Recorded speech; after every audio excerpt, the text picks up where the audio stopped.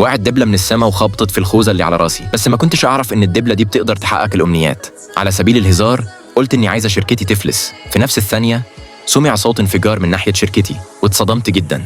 لما رجعت البيت شفت خبر عن الدبلة بيقول إن ليها قدرة تحقق الأمنيات. لما افتكرت اللي حصل في شركتي قررت أجرب.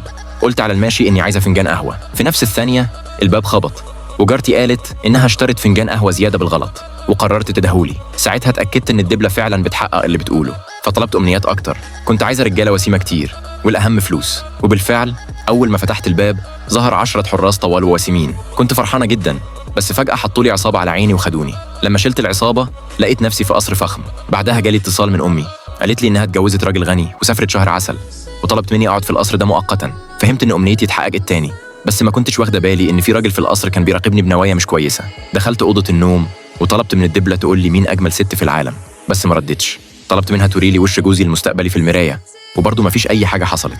اللي ما كنتش أعرفه إن موضوع الدبلة ده كله كان مجرد إشاعة نشرها الراجل ده. بعد كده مديري كلمني وطلب مني أشتغل أوفر تايم. كنت متضايقة بس غصب عني، فقررت أعمل شوية حلويات علشان أعمل مقلب فيه.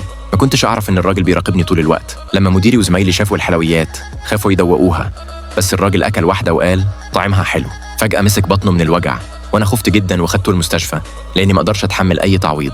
بس في الآخر عرفت إنه كان بيمثل، وكل اللي عمله ده كان بس علشان يقرب مني.